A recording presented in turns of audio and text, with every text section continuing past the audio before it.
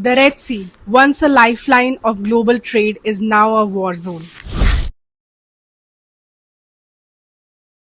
Over 100 militant attacks, 2 ships sunk, and a growing fear that a regional conflict could choke the arteries of the world commerce.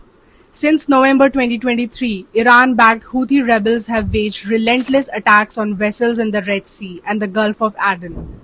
According to the Joint Maritime Information Center, their initial targets were ships linked to Israel.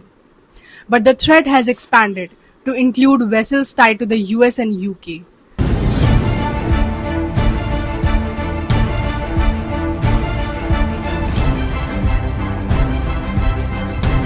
The Houthis initially said they were attacking ships connected with Israel or heading to or from there. However, many of the vessels have no connection with Israel. In response to US and UK airstrikes on their positions, the Houthis began targeting ships tied to the owners or operators in the UK or US. The attacks forced even major shipping companies to stop using the Red Sea, through which almost 15% of the global seaborne trade usually passes, and to take a much longer route around the southern Africa instead. On July 6-7, in just 72 hours, Iran-backed Houthi rebels have sunk 2 commercial ships, killing crew, taking hostages, and reigniting a crisis with global stakes.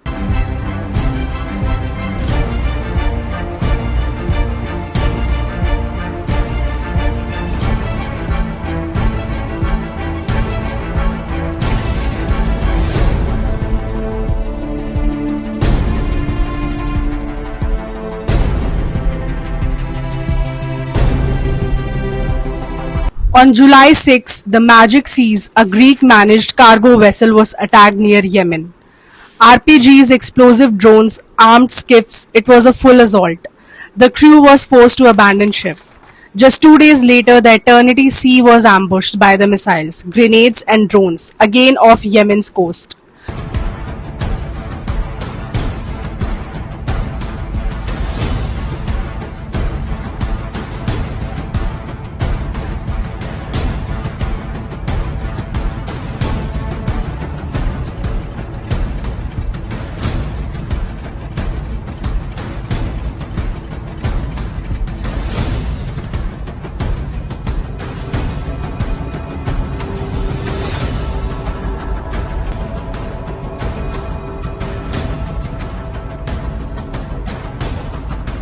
Four crew members were killed and at least six were abducted by the Houthis.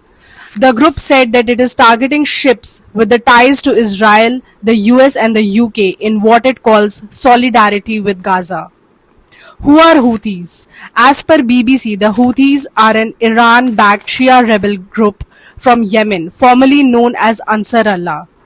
They call themselves part of the Axis of Resistance against Israel, the US and the West. As per NDTV, the Houthi slogan is "Death to America, Death to Israel, Curse the Jews and Victory to Islam." Who backs Houthis? The US says Iran enabled Houthis to target ships and President Biden sent a private message to Tehran urging it to stop. Iran has denied involvement.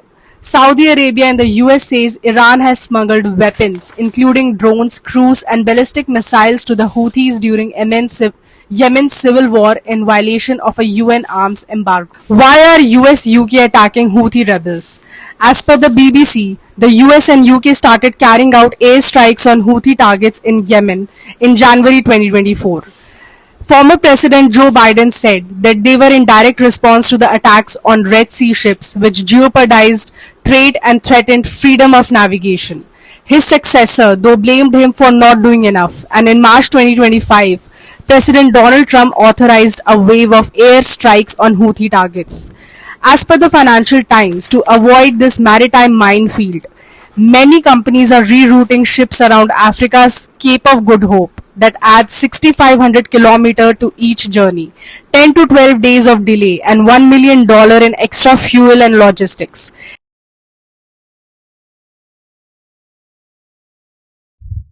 Meanwhile, the insurance premiums have exploded. Ships now pay up to 1% of their total value just to sail through this war zone, as per Marsh McLennan via Financial Times. According to Lloyd's List Intelligence, the number speaks volumes. Traffic through the Bab al Mandab Strait is down over 50% year over year. Bab al Mandab Strait was the choke point that moved the world. 12% of global trade and 30% of global container traffic moved from this strait. The Suez Canal transits have reduced from 2068 to just 877 in less than a year.